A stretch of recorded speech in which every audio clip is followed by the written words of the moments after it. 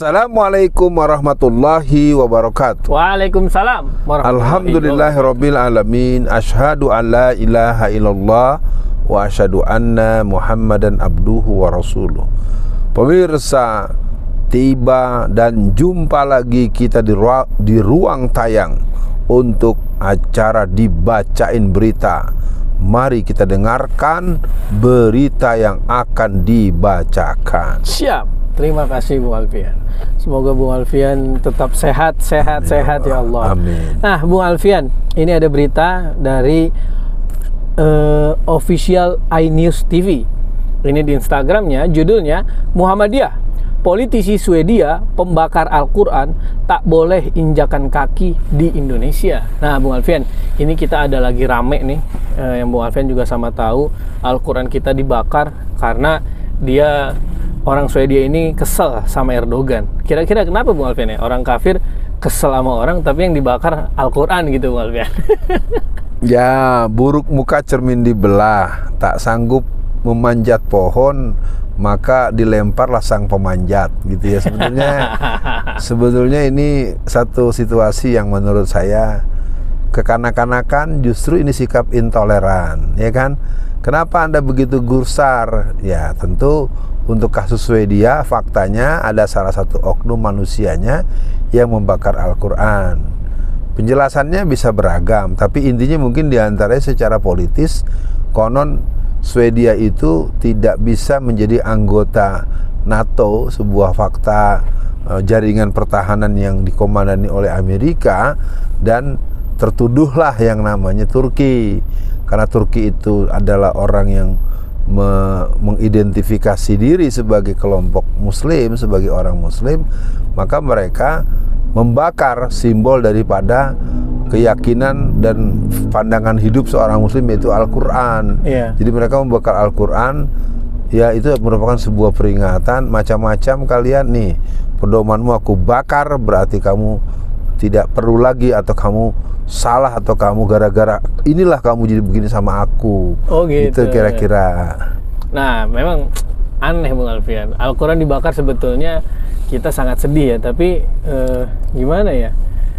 Ada hal unik Bung Alfian yang kita temui di Eropa atau di luar negeri lah, kalau bahasa kita bule ini unik Bung Alfian. Setelah saya lihat-lihat di sosmed, ternyata banyak Bung Alfian bule yang ternyata anti dengan feminis. Nah, kemudian dengan dulu sebenarnya kan Al-Quran juga sebelumnya udah pernah dibakar-bakar juga kan, di Belanda lah, di Swedia, di mana-mana lah.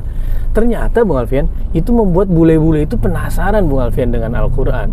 Ini kan satu sisi kita disakiti, tapi satu sisi malah banyak orang yang penasaran dengan Al-Quran. Apa nih Bung Alfian responnya? Ya itu sebenarnya dulu juga pernah ada satanic verses kan gitu ya.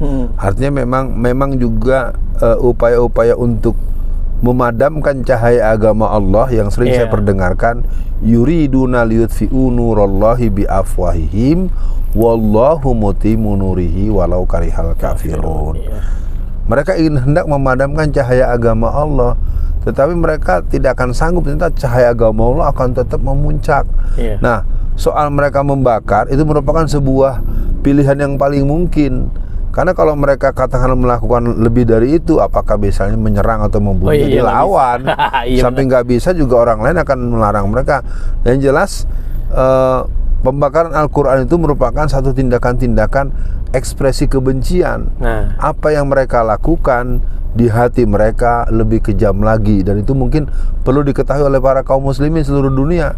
Jadi pembakaran Quran itu merupakan ekspresi kebencian mereka, ekspresi ketakutan mereka, ekspresi kedunguan mereka, ekspresi kebodohan mereka, ekspresi ketidakberdayaan mereka untuk menghadapi pengaruh Al-Quran yang begitu luas secara emanatif. Karena perkembangan Islam di negara Eropa sangat luar biasa. Kita pernah membahas juga kan, di Spanyol pengurus Muhammadiyah di sana membeli gereja besar. Dan itu juga pengetahuan bahwa Quran adalah sebuah pedoman hidup yang memberikan pengaruh bagi para orang yang meyakininya. Iya, Bu Alfian. di Indonesia Bung Alfian, kita sama tahu lah Bung Alfian, ada buzzer-buzzer yang sering ribut diskriminasi lah, apalagi waktu zaman Ahok kita sampaikan ayat, mereka bilang oh jangan rasis dong gini-gini. Tapi ketika ada Al-Quran dibakar di luar negeri, saya tidak melihat Bung Alfian mereka mengutuk perbuatan tersebut Bung Alfian. Nah ini kenapa Bung Alfian ya? Jadi anggaplah coba yang dibakar misalkan di luar negeri, Injil yang dibakar Bung Alfian, bisa jadi loh Bung Alfian, mereka akan banyak bacot. Gimana Bung Alfian? Ya karena untuk urusan ini tidak ada RP-nya gitu. Karena tidak ada RP-nya kan. Kalau tadi kita ngobrol dengan Bang Rizal Ramli itu sempat ada buzzer RP, ada influencer RP, ada apa RP. Jadi kata RP itu menjadi bagian daripada sikap, dan itu merupakan sebuah sikap yang sangat tidak genuine ya, tidak ori, tidak asli. Akhirnya sekali lagi buat pemirsa, kita ingin mengatakan bahwa sesungguhnya tindakan membakar Al-Quran merupakan sebuah tindakan yang kontraproduktif. Ya, Bung Alfian, saya sangat menyerap apa yang Bung Alfian sampaikan, bahwa pembakaran Al-Quran adalah wujud mereka galau karena tersebarnya Al-Quran itu begitu masif dan unik Bung Alfian.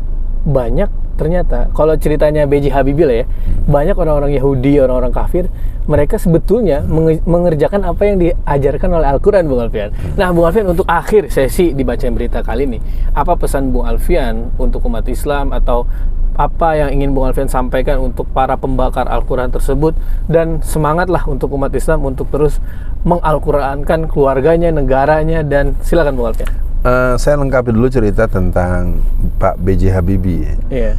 B.J. Habibie waktu beliau sekolah di Jerman, beliau sempat setiap malam itu kalau dia terbangun, dia kehilangan 2 orang temannya. Ternyata temannya itu melakukan sesuatu yang dirahasiakan.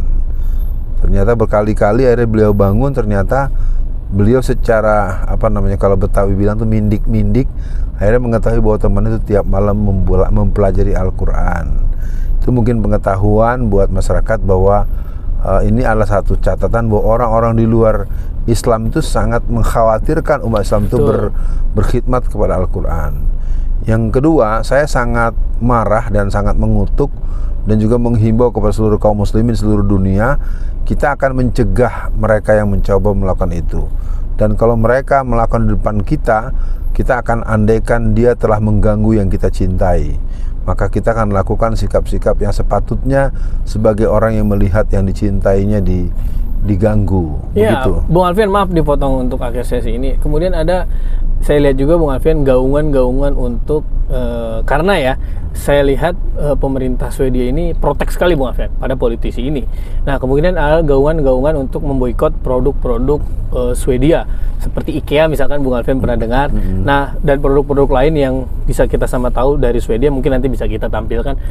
Gimana nih Bung Alfian tentang boikot ini, minimal ya untuk memberikan shock terapi lah kepada mereka supaya nggak usah macem-macem lah sama umat Islam. Soalnya yang disebut Bung Alfian oleh si pembakar Al-Quran, dia itu merasa diserang ketika habis bakar Al-Quran, itu diserang sama warga Turki dan Indonesia Bung Alfian.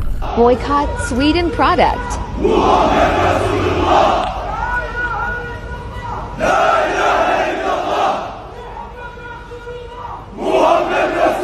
Saya pikir pemboikotan itu baik untuk segera dilaksanakan. Itu menjadi sangat bergaung. Kalau saya jadi pejabat atau mungkin saya jadi presiden Indonesia, saya akan perintahkan tutup, hentikan, usir ya orang-orang yang berada sana, dan kita tidak akan pernah memberikan tempat untuk orang yang menghina, membakar, dan melakukan tindakan-tindakan yang sangat tidak patut terhadap pedoman agama kita, yaitu agama Islam, Al-Quranul Karim. Sekian pemirsa, kita jumpa di Bacain Berita edisi lainnya. Assalamualaikum warahmatullahi wabarakatuh. Waalaikumsalam warahmatullahi wabarakatuh.